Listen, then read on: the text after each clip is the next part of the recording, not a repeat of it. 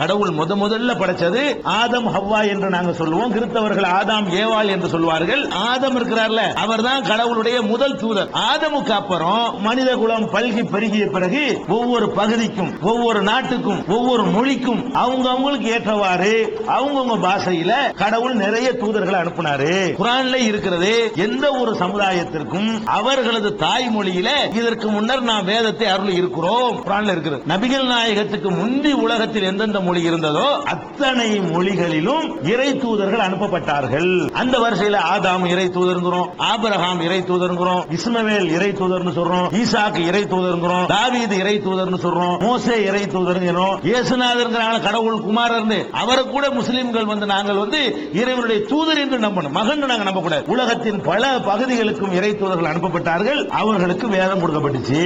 அந்த வேதங்கள் காலப்போக்கில் மறைஞ்சிருச்சு. மக்கள் அதை வாழ்க்கையில ஃபாலோ பண்ணிக்கிட்டு இருந்தா தான் அந்த வேதம் காப்பாற்றப்பட்டு இருக்கும். அந்த மாதிரி அது பாதுகாக்கப்படாதனால நிறைய வேதங்கள் அடியோட போயிடுச்சு. சில வேதங்கள்ல மனிதர்கள் கை சரக்க சேர்த்து கலப்படமாகிவிட்டது. இப்படி எல்லாம் இருக்கிறது என்று நாங்கள் நம்புகிறோம். அந்த அடிப்படையில் தான் இயேசுநாதருக்கு அவங்களுக்கும் கடவுள் ஒரு வேதத்தை கொடுத்தார். அது பைபிளிலே சொல்லப்படுகிறது. இயேசுநாதர் ஒவ்வொரு ஆலயங்களுக்கும் சென்று ராஜ்யத்தின் சுவிசேஷத்தை பிரசங்கித்தார் அப்படின்னு பைபிள் இருக்கிறது. அப்ப ராஜ்யத்தின் சுவிசேஷத்தை இயேசுநாதர் பிரசங்கம் பண்ணார் என்று பைபிள்ல மத்தேயு, மார்க்கு, லூக்கா, யோவான் எல்லாருமே எழுதி வச்சிருக்காங்க. ஆனால் என்ன இல்ல, அந்த ராஜ்யத்தின் சுவிசேஷம் இல்ல. அதே நேரத்தில் என்ன இருக்குது? புதிய ஏற்பாடு நீங்க சொல்றீங்க பாருங்க. இந்த புதிய ஏற்பாடு என்பது இயேசுநாதருக்கு கடவுள் கொடுத்தது கிடையாது. இயேசுநாதரை பற்றி 4 நபர்கள் எழுதிய தகவல். அவர் சிலுவையில் அறையப்படுற வரைக்கும் அவருடைய வரலாறை மற்றவங்க எழுதுறாங்க. அவருடைய வரலாற்றை மற்றவர்கள் எழுதினால் அதுக்கு பேர் வேதம் கிடையாது. அப்ப இயேசுநாதருக்கு கடவுளிடமிருந்து செய்தி வந்துச்சு. அது இல்ல, இன்னைக்கு இல்ல.